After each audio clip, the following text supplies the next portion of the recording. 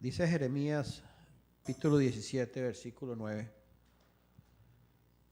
Dice, engañoso es el corazón más que todas las cosas y perverso. ¿Quién lo conocerá? Una de las cosas que más nos cuesta trabajo a nosotros los seres humanos reconocer es eso. Porque una de las mentiras más grandes de nosotros es pensar que nuestros corazones son puros, que nuestros corazones son buenos. Generalmente el ser humano dice, yo no soy malo, yo soy bueno. Y cuando nos referimos al yo, nos estamos refiriendo a nuestro corazón. Pero la verdad es que Dios, porque nos ama, nos revela y quiere que nosotros conozcamos por el Espíritu quién somos, cuál es nuestra condición, cuál es nuestra naturaleza. Porque es muy importante partir del conocimiento de nosotros. Lo que más dificulta que el ser humano vea a Dios es el engaño que nosotros tenemos. Es tener una percepción equivocada de nosotros, de quién somos nosotros.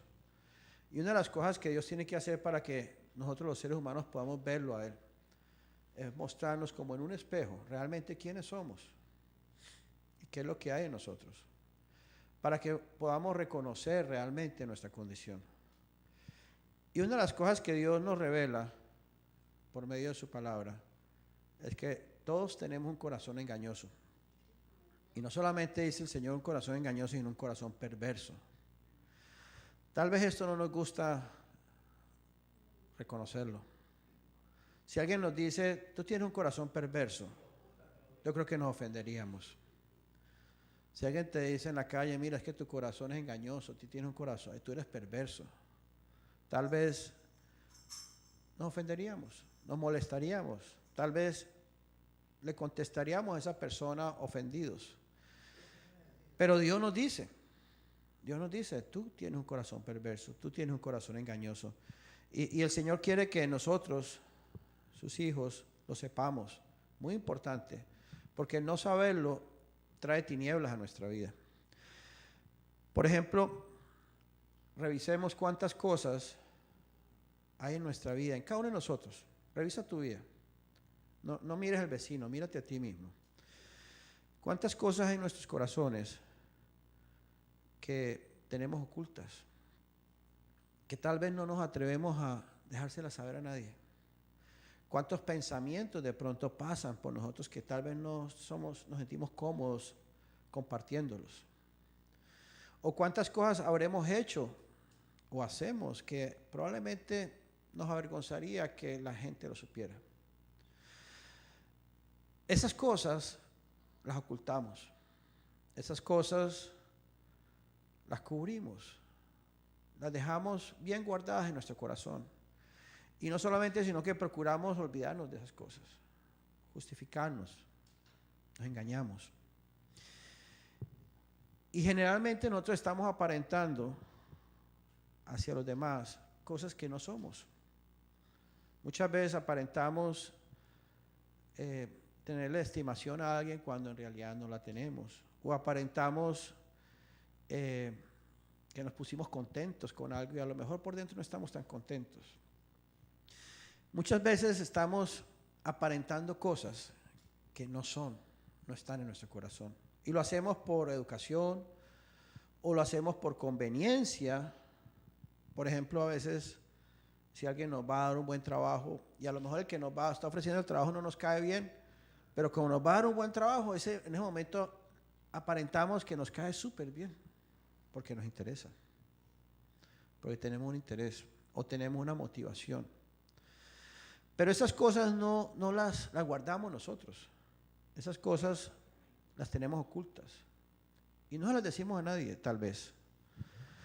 Siempre procuramos esconder nuestro pecado. Y nos olvidamos que, aunque nosotros ocultemos todo eso, hay un Dios que todo lo ve, que todo lo sabe. Cuando Adán y Eva pecaron, fallaron, lo primero que hicieron fue cubrir su desnudez. Se quisieron tapar su vergüenza. Pero Dios lo vio. Y eso es lo que nosotros hacemos. Queremos siempre cubrir nuestra desnudez. A veces no solamente cubrimos la nuestra, sino que cubrimos la de los otros también. Porque así somos los seres humanos. Pero en el fondo es importante que sepamos, porque Dios nos lo dice, Dios quiere que sepamos, que todos nosotros somos egoístas. Todos nosotros siempre estamos pensando en nosotros primero. Siempre es lo que me motiva a mí, lo que me interesa a mí, lo que me conviene a mí, lo que me gusta a mí, lo que a mí me parece. El que diga que no es egoísta, naturalmente, pues es un mentiroso. Se está engañando. Por eso el Señor dice que tenemos un corazón engañoso. Somos tan engañosos que a veces decimos, no, yo no soy egoísta. Y tanto nos engañamos que criticamos y juzgamos a los demás porque son egoístas. ¿Me explico? Cuando yo veo a una persona y veo que actúa egoístamente, digo, pues es que tú eres un egoísta. ¿Y quién soy yo para decirle que es un egoísta? Debería decirle, somos unos egoístas, pero no lo decimos así. Simplemente decimos, es que te comportas como un egoísta. Y lo decimos porque nos engañamos y pensamos que él es egoísta, pero yo no. Yo no soy tan egoísta, por eso lo juzgamos, por eso lo criticamos, por eso lo acusamos, porque nos engañamos. Y ese es el corazón que tenemos. Nos justificamos en tantas cosas, tratamos de tapar nuestra desnudez, tratamos de cubrir nuestras acciones o pensamientos ocultas, justificándonos, echándonos tierrita, tapándonos nosotros mismos y nos engañamos haciéndonos creer que estamos bien. Porque ese es el engaño. Nosotros mismos llegamos a pensar que somos tan buenos, que no somos egoístas, que no somos malos, que no somos como el otro, que no somos como el vecino, que no somos como el que está al lado de nosotros.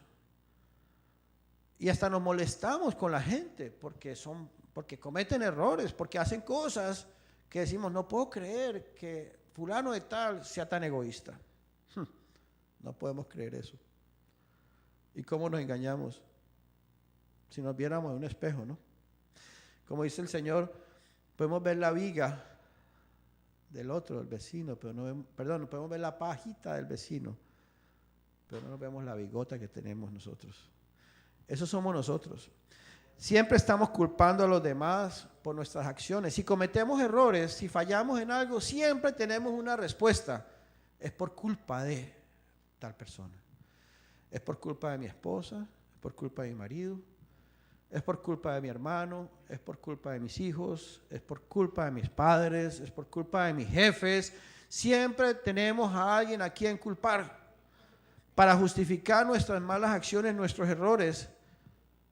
Y ese es el corazón de nosotros.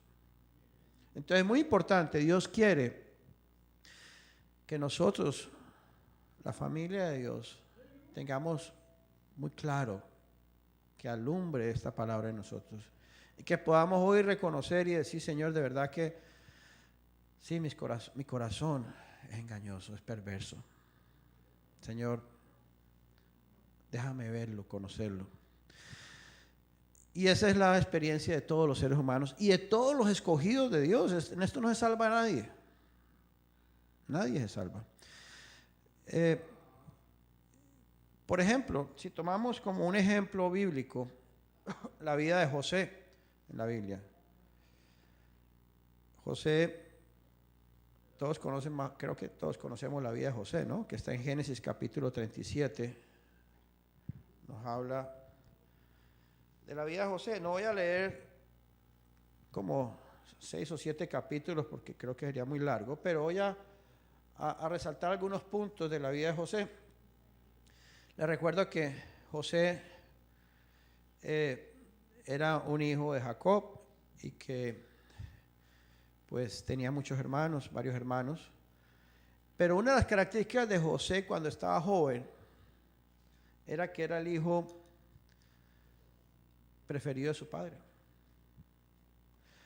Y era el hijo preferido. Dicen que los padres a veces tenemos un hijo preferido, ¿no? ¿Será verdad? Pero José era el hijo preferido de Jacob. Y además José era el hijo que le chismoseaba a su papá todo. Siempre le estaba llevando las quejas de los hermanos. Cada que un hermano hacía algo mal, iba a contarle al papá. Entonces el papá le gustaba eso, porque él se daba cuenta de todos los errores, de todos los problemas, de todo lo que sus hijos hacían mal, porque tenía un espía. Y ese espía se llamaba José.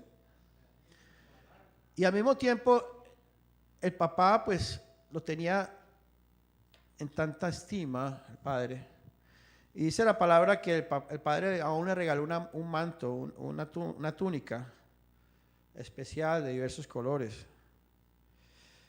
Y dice la Biblia en Génesis 37:3, dice, y amaba a Israel a José más que a todos sus hijos, porque lo había tenido en su vejez y le hizo una túnica de diversos colores.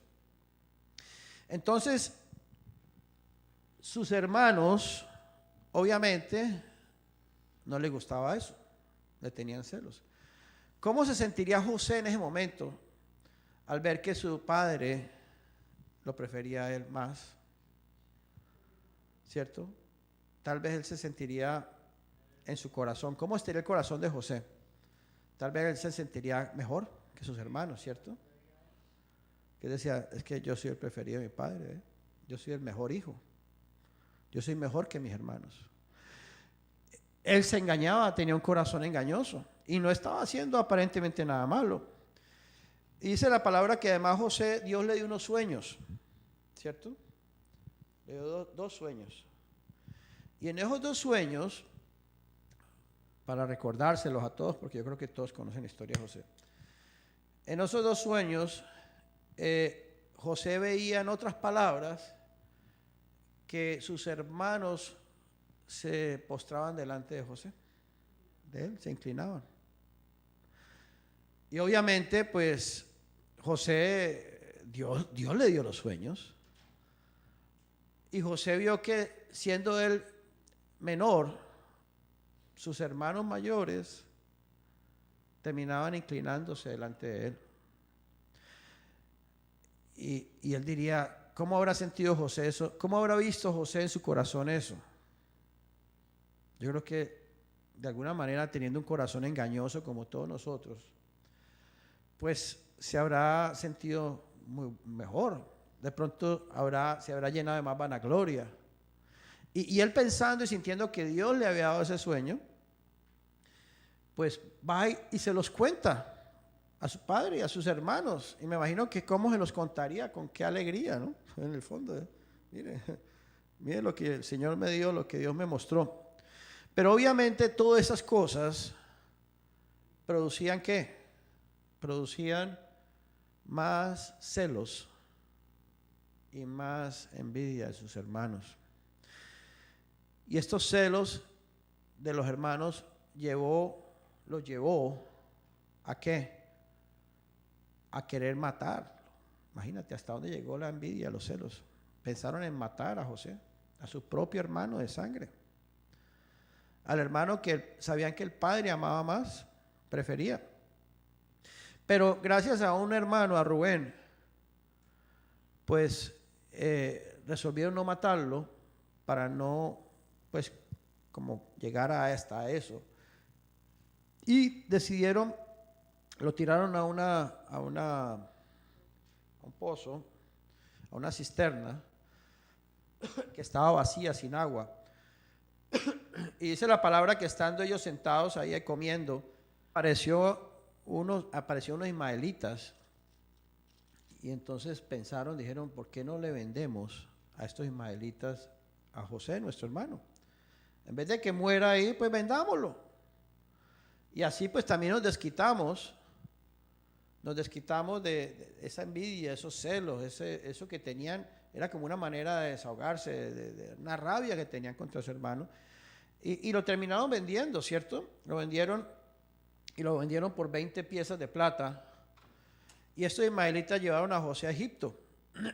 Y en Egipto lo vendieron como esclavo. Y esa es más o menos la historia de José. Imagínate que tú tengas que pasar por eso. Imagínate tú viviendo en una familia cómoda, una familia pudiente, teniéndolo todo, siendo el preferido de tu padre, teniendo una buena vida, que al final tus propios hermanos terminen haciendo eso contigo. Y que te terminen vendiendo como esclavo, pases a ser un esclavo en un país lejano, solo, abandonado. Porque su padre Jacob pensó, porque los hermanos se lo trataron de mostrar, de que le llevaron la túnica de José untada de sangre de un cabrito para que pensaran que pues un animal lo había matado. Entonces su padre pensaba que José había muerto. Así que su padre no había salido a buscar a José porque él asumía que lo daba por muerto.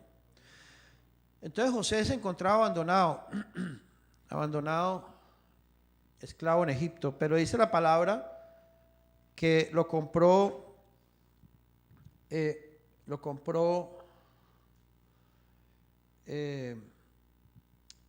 mayordomo de la casa del faraón. Y Potifar y este mayordomo pues lo llevó a su casa como esclavo. Y ahí este varón quebrantado, ¿tú no crees que, imagínate tú puedes pasar por todo eso? ¿Cuánto quebrantado? ¿Qué puede pasar por tu mente, por tu corazón? Sin embargo, José era un hombre de Dios, varón de Dios, escogido por el Señor. Entonces, en medio de eso, él aceptaba, me imagino, sus batallas, ¿no? Sus luchas, como cualquier ser humano, pero en medio de sus circunstancias, él aceptaba la voluntad de Dios. Él sabía que Dios estaba con él. De alguna manera, a pesar de sus circunstancias, José sabía que Dios estaba con él. Probablemente habrá tenido noches de mucho quebrantamiento, probablemente habrá tenido momentos de que a lo mejor habrá pensado mal de sus hermanos, a lo mejor habrá sentido rabia, pero en medio de todas esas batallas, en medio de esas contradicciones, José era un hombre que al final veía las circunstancias y antes que renegar de ellas, antes que murmurar, antes de que quejarse, aceptaba. Igual nos pasa a nosotros, ¿no? Por ejemplo, igual le pasa a las hermanas creyentes cuando están en su casa con los niños, con los problemas, con las circunstancias, con tanta situación encima, que antes que quejarse de sus circunstancias le dan gracias a Dios, porque saben que Dios está con ellas, ¿cierto? Ese era José. Esos somos nosotros, los hijos de Dios. Y José crecía y entonces ganaba, hacía las cosas, él no ganaba un peso. José no le pagaban. José no tenía ninguna esperanza, era un esclavo. Y sin embargo, él hacía todo para Dios, lo mejor posible. Él se esforzaba por servir a sus amos lo mejor posible. A pesar de que era un esclavo y no tenía nada, ni podía tener nada, porque lo hacía para Dios. Entonces, él bendecía a sus jefes, a sus amos, en gran manera, a pesar de sus circunstancias. Fíjate, cuando nosotros estamos en momentos de quebrantamiento, cuando nosotros estamos en momentos en que todo está difícil, que es circunstancias muy duras, en que esto está muy difícil, muy duro, que no soporto más, que no aguanto más, que por qué a mí me pasan estas cosas, por qué yo tengo que pasar por esto, por qué a los demás no y por qué a mí sí, ¿cierto? ¿Cuántas veces pensamos así? no aceptamos nuestras circunstancias. Y antes estamos pensando en por qué a los otros y por qué a mí. Antes que entrar en murmuración, antes que entrar en envidias, antes de que entrar en amarguras, postrarnos delante de Dios y darle gracias a Dios y decir, Señor, heme aquí para hacer tu voluntad. Esto es lo que tú has dispuesto para mí. Esto es, si estoy aquí, si estoy pasando esto, si estas son mis circunstancias. José creía, tenía la esperanza, y eso fue un trato de Dios. Fíjate, porque José tenía un corazón engañoso también, pero Dios comenzó a tratar en su vida. ¿Por qué? Porque Dios tenía un propósito con José, un llamado a José muy elevado. Entonces, cuando Dios nos llama y somos sus hijos y tenemos un propósito, Dios tiene un trato con todos nosotros. Por eso no podemos sentir que cuando nos pasamos momentos difíciles o circunstancias que no queremos, que no nos gustan, que ahí es cuando antes que murmurar, antes que quejarnos, antes que renegar, antes que amargarnos, tenemos que postrarnos y darle gracias a Dios y creer que Dios está haciendo algo, aunque no lo entendamos en este momento. ¿Qué lógica podía haber en la vida de José? Y fíjate que el servir él a sus amos en gran manera lo llevó después a que lo acusaran la esposa de su amo injustamente, porque todos sabemos la historia de que la esposa de Potifar quiso acostarse con José y José salió corriendo. Él decía, ¿yo cómo voy a hacerle ese daño a mi amo, a quien yo sirvo? Probablemente si no hubiera sido la esposa de su amo, a lo mejor José hubiera fallado, yo no sé, porque era un hombre. Pero el saber que era la esposa de la persona que él servía, él decía, yo cómo sería capaz de hacer algo así. Y ese principio, ese temor, ese respeto lo llevó a José a no caer en esa tentación. Y eso, haciendo lo correcto, haciéndolo bien delante de Dios y delante de los hombres, eso mismo lo llevó a la cárcel. Peor, tras de que esclavo termina en la cárcel y además injustamente. ¿Qué dirías tú? ¿Qué pensarías tú que te pasara eso? ¿Dirías en la cárcel, ahora sí pues, encima de esclavo, ahora uno diría por tonto, ¿no? Por bobo, no digo más palabras, ¿no? Mire dónde he terminado. Hay gente que dice, eso nos pasa por hacer las cosas bien hechas, ¿cierto? Pero no vemos en la palabra que eso fue lo que dijo José. Por el contrario, José en la cárcel, no solamente ya siendo esclavo, sino estando en una prisión, empezó a glorificar a Dios en su vida. Tremendo, ¿eh? Esto me lleva a recordar los pasajes donde Pablo, el apóstol, cuando se encontraba encarcelado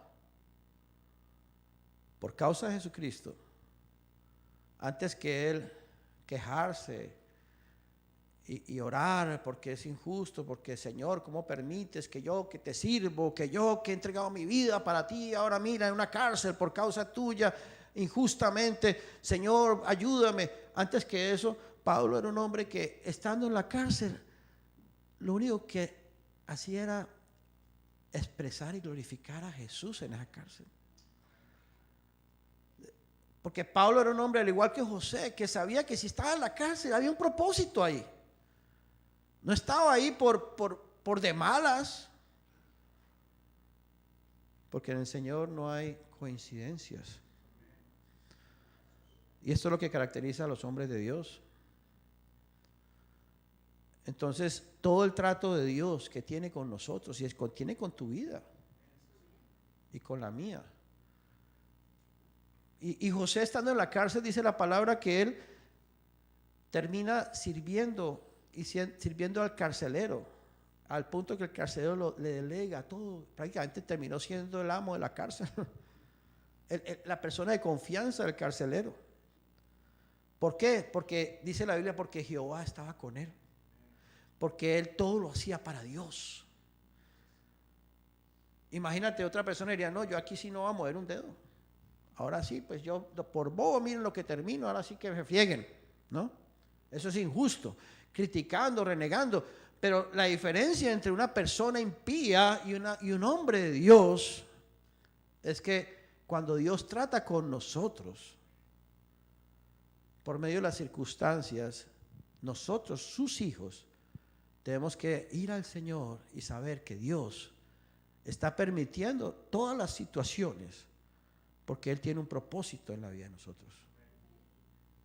Y eso es lo que tiene que hacer la diferencia entre una persona que no tiene a Dios, al Señor, y una persona que sí tiene al Señor. Una persona que no tiene fe y una persona que sí tiene fe. Entonces, vemos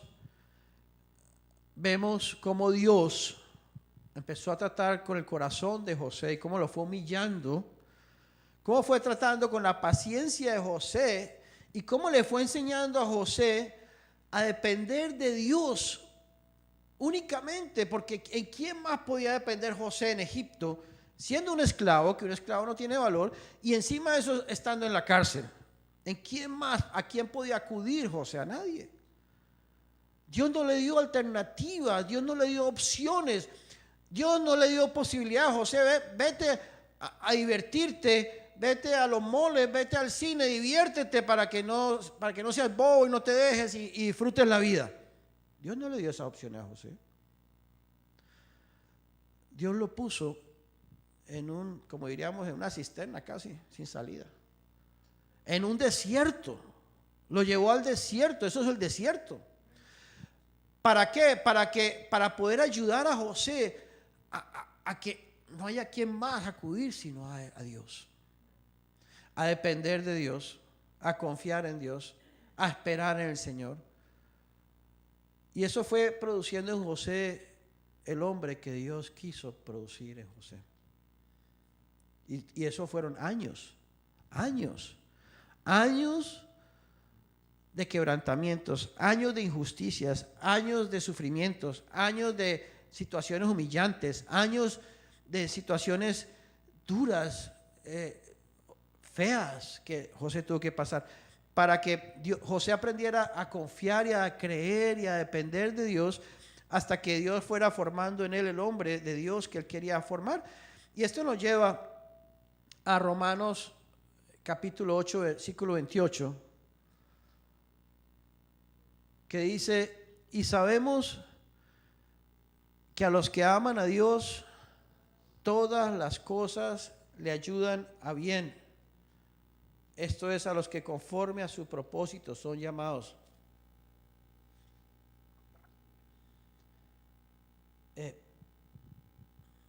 A los que aman a Dios. ¿Tú amas a Dios? Si tú te consideras una persona que amas a Dios,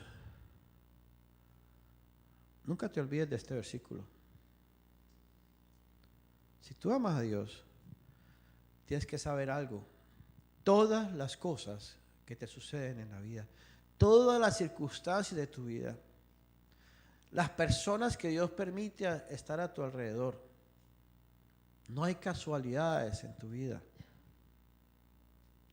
no hay suerte. Todo, Dios está en control, porque Dios tiene un propósito en tu vida, porque Dios te ha llamado, porque tú eres un hijo de Dios. Entonces, todo lo que sucede, aunque no lo entiendas, por fe, y ahí es donde obra la fe. Somos personas de fe o personas de vista. Somos personas de fe o personas de lógica. Somos personas de fe o personas de emociones. Realmente somos personas de fe, porque sin fe es imposible agradar a Dios.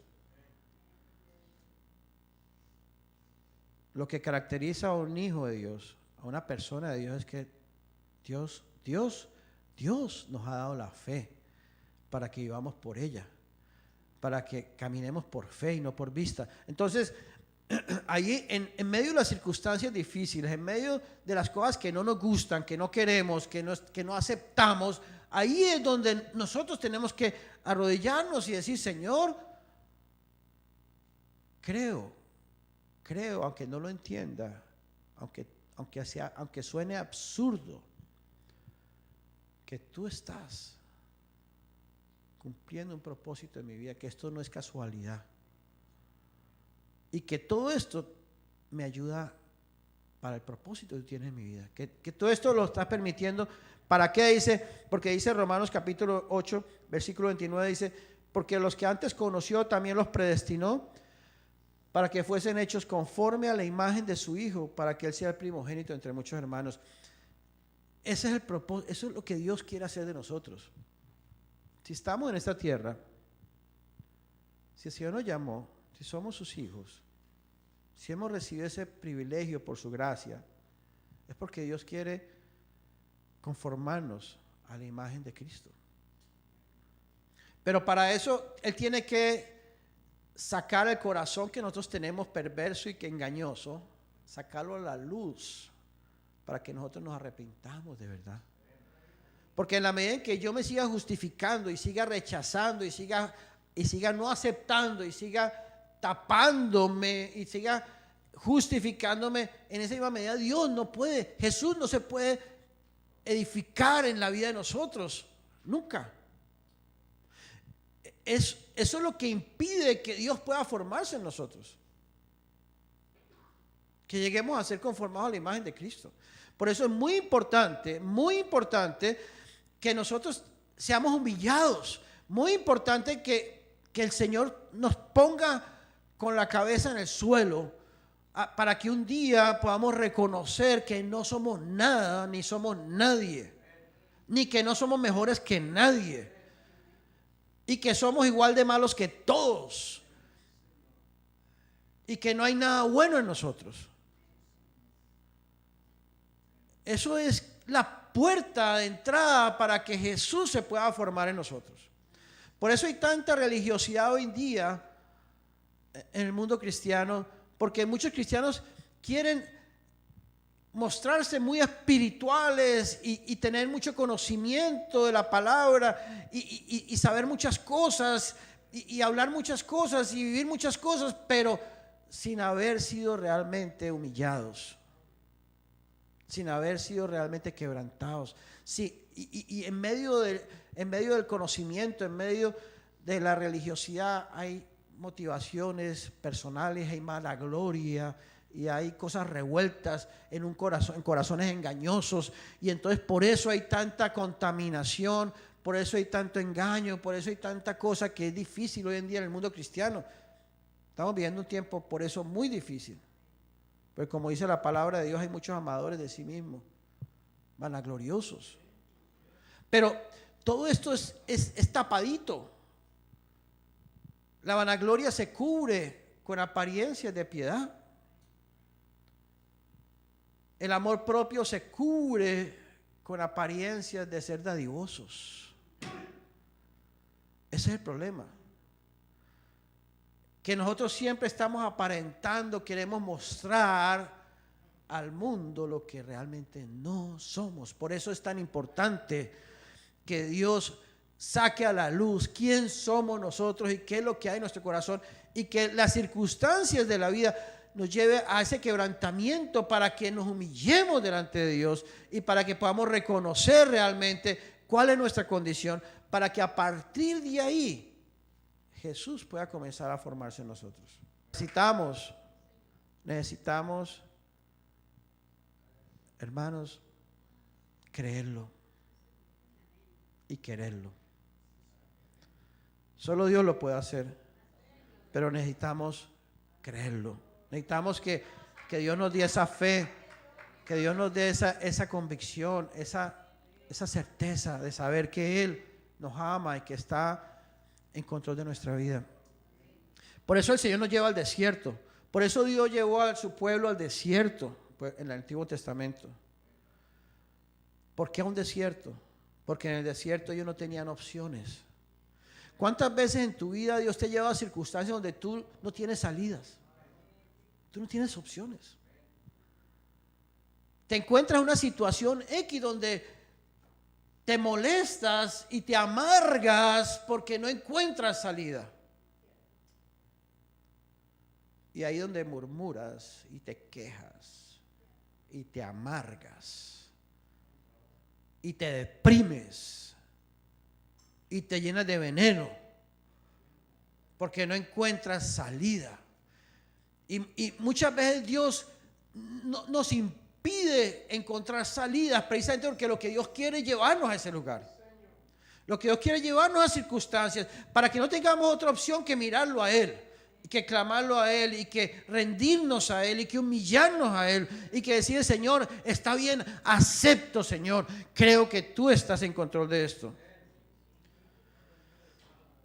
Dios necesita que lleguemos a ese punto de poder depender y confiar en Él.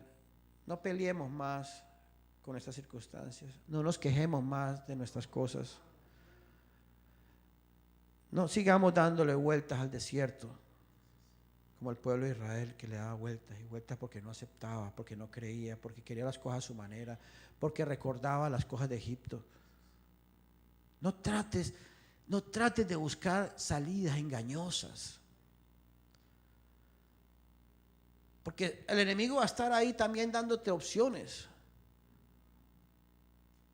Y hay hombres y mujeres de Dios que se han desviado por causa de esos momentos, que han encontrado una válvula de escape y se han ido por ahí, creyendo que en el mundo, creyendo que las cosas materiales, los placeres o las cosas terrenales o el dinero, qué sé yo, o las personas te van a dar lo que te van a sacar de esa situación de amargura y de frustración donde te encuentras. Entonces, Dios necesita eso.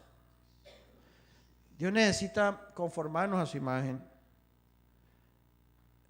aunque no lo entendamos. Por eso, si el Señor nos ministra con su palabra, con su misericordia, miremos la vida de José. Después de todo lo que tuvo que pasar, a los 30 años de su vida, el Señor se glorifica y lo levanta y lo pone sobre el Señor de todo Egipto y le da todo, le da familia, le da hijos, le da poder, le da todo, y termina siendo él de bendición para su propia familia, bendiciendo a sus propios hermanos que lo vendieron.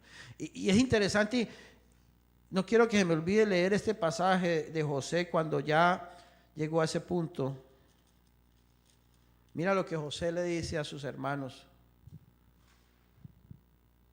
Dice, mira lo que le dice a sus hermanos cuando ya sus hermanos estaban en Egipto y él se presenta como el hermano y los bendice. Mira lo que les dice en Génesis capítulo 45, versículo 4, dice: yo soy José, vuestro hermano, el que vendiste para Egipto.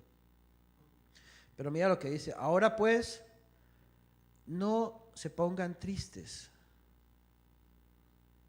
ni se sientan mal por haberme vendido, porque para preservación de la vida, me envió Dios delante de vosotros. Dice en el versículo 7: y Dios me envió delante de vosotros para preservaros posteridad sobre la tierra y para daros vida por medio de esta gran liberación. Así pues, no me enviaste acá a vosotros, sino Dios, que me ha puesto por padre de Faraón y por señor de toda su casa y por gobernador de toda la tierra de Egipto. Fíjate lo que les dice José a sus hermanos: mira, no se pongan tristes, no se sientan mal ahora que, mira, tú me vendiste, me ibas a matar, me odiabas, pero no te pongas mal, hermano. ¿Sabes por qué? Porque eso que pasó en mi vida no fueron ustedes, no fueron las personas. Era que Dios tenía un propósito en mi vida y en la vida de ustedes, y por eso Dios permitió que eso sucediera. Entonces José alababa a Dios y le daba gracias porque eso era todo un plan de Dios, y José pudo entender eso. Pero imagínate en ese momento cuando José estaba en esa cisterna y cuando lo venden, ¿qué podía pasar por el corazón de José? Años después, José pudo entender claramente cómo Dios estaba en medio de todo y que nada había sido casualidad, que no había sido ni siquiera los propios hermanos malos que lo odiaban, sino que además el Señor de alguna manera los usó por un propósito para el plan de Dios, para el plan de su pueblo. Por eso nosotros, los hijos de Dios, nunca debemos quejarnos, ni murmurar, ni criticar, ni señalar. Porque debemos saber que no hay nada en nuestra vida que sea casualidad. Si hay personas que nos hacen daño, debemos ver que no son esas personas. Dios, el Señor, porque nos ama, está permitiendo eso. Con un propósito. Tal vez hoy no lo entiendas. Tal vez hoy no te cabe en la cabeza. Pero si eres un hombre de fe, una mujer de fe, tienes que decir: Señor, tú me amas. Y por eso algo estás haciendo. Por eso es que la palabra de Dios dice que debemos dar gracias siempre a Dios por todo, aún por las cosas perversas de la vida, porque sabemos como hijos de Dios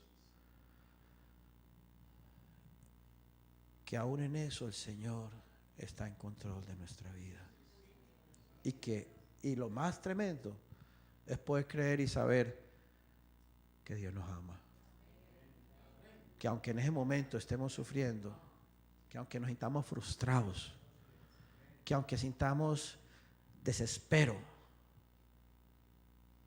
aún en ese momento poder saber y decir: Señor, tú me amas y te doy gracias, porque yo sé que tú estás haciendo algo. Tal vez ahora no lo entiendo, tal vez no lo puedo entender, pero un día tú me lo mostrarás. Y por eso te doy la gloria a ti, y por eso te alabo, y por eso te doy gracias. Por eso, como hombres y mujeres de Dios, bajo el trato de Dios, cuando veamos un hermano, una hermana amargado, amargada, criticando, que no acepte sus circunstancias, debemos ayudar a ese hermano, a esa hermana, y llevarle esta palabra, porque la palabra de Dios es luz. Cuando alguien está amargado, cuando alguien está murmurando, cuando alguien está descontento, es porque hay tinieblas. Estamos hablando de un hijo de Dios. Si yo estoy quejándome es porque hay tinieblas en mi vida. Y para eso somos la iglesia. Somos el cuerpo de Cristo. Dice la Biblia que somos miembros unos de otros. Si yo veo a mi hermano que está amargado, o que está murmurando, o que está quejándose, o que está envenenado por alguna razón o envenenada, yo no puedo quedarme tranquilo. Yo no puedo decir, decirle: sí, hermano, tienes razón, es que eso es injusto, es que está, hermano, sí vas a tener que hacer algo, pues es que la verdad es que tu marido, tu esposa, es que, o sea, no. Sino llevarlo al Señor, hablarnos verdad. Y hablarnos verdad, hablar la verdad, hablar la palabra de Dios, es alumbrar nuestra vida, porque la palabra de Dios es lumbrera, es la luz que nos permite ver, y oramos para que hoy el Señor nos haya permitido ver, para que pueda, mira tu pasado, cuántas cosas han pasado en tu vida que a lo mejor hoy todavía de pronto tú no has aceptado.